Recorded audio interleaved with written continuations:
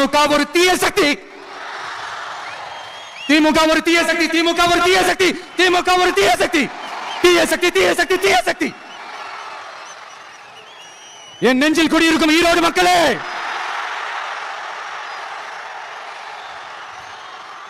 TVK ஒரு தூய சக்தி. எப்படி? டிவிகே ஒரு தூய சக்தி. தூய சக்தி டிவிகேவுக்கும் தீய சக்தி டிஎம்கேவுக்கும் தான் போட்டியே. டிவிகே லீடர் டிஎம்கே மேலே நிறைய குற்றச்சாட்டு ஏற்கனவே வச்சிருக்காரு. அதாவது டிஎம்கே ஒரு குடும்ப ஆட்சி, ஊழல் கட்சி, அந்த மாதிரி நிறையா சொல்லிட்டார் ஏற்கனவே.